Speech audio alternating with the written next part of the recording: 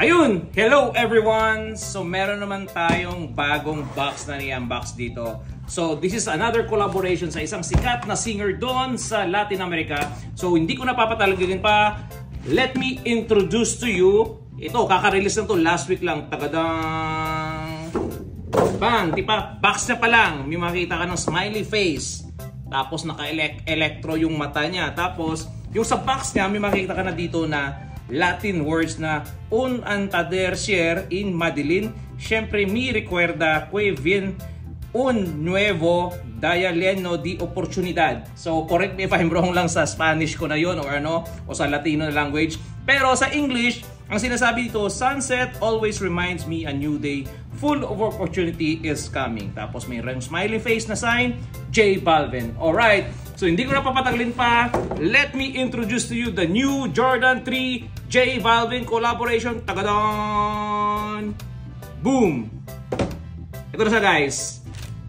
Yung wax paper nyo pa lang, makikita mo na dito, meron siya ditong words na sunset, it always reminds me. Parehas dun sa may box niya sa labas.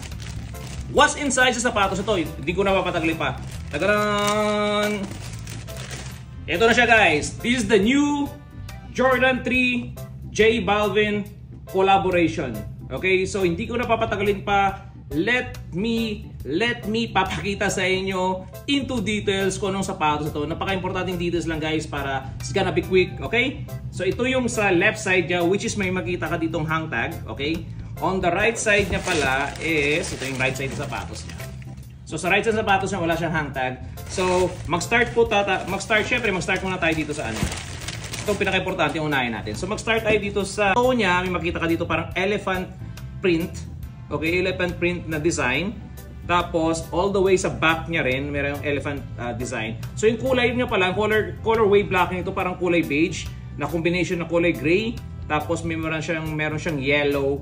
Okay, so meron siyang yellow, orange, at saka dark purple na combination ng colorways. Napaka-angas sa colorways ito, guys.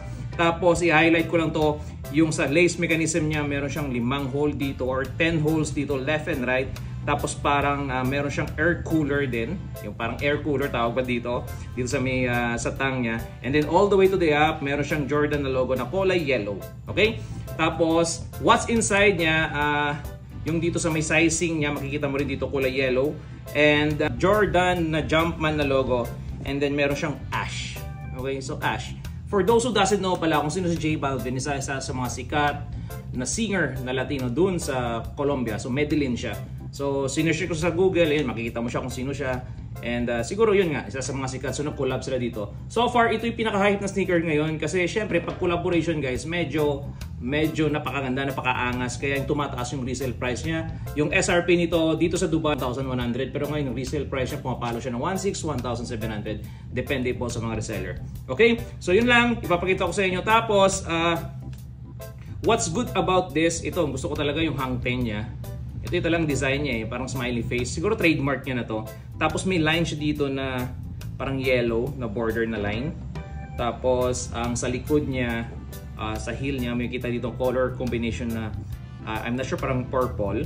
Then may pagka-orange siya, tapos may pagka-yellow. All the way to the top dito sa rubber niya na logo na Nike. Okay? And sa outsole niya, yung rubber niya is kulay puti, and then makita mo rin dito yung Nike na logo over there. I think yun na. So ito yun guys. Tapos i-highlight ko pa pala yung dito sa side niya. Yung texture nito is like corduroy. Tapos all the way din dito sa may pang mechanism niya yung corduroy. Okay, so please kung anong meron sapatos ito. So far, ang sizes nito available dito sa men's size, tapos meron din siya sa preschool or sa women's size. So check nyo lang sa mga local retailers. Nag-release siya sa Dubai or last week siguro. And ngayon, medyo ubos na siya. So kung gusto nyo available na to sa Hip Deal. So meron akong limited stocks nito. So this is what you call the J3 Balvin Jordan 3. Okay?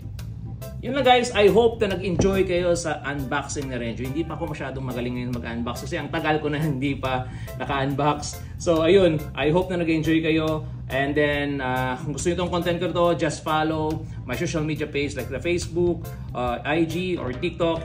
And then, yun, para makita nyo mga latest na mga sapatos na ipapakita ko sa inyo. Okay, so by the way, this is Renju from Hip Deal saying to you, God bless, mabuhay, I love you. See you again next time.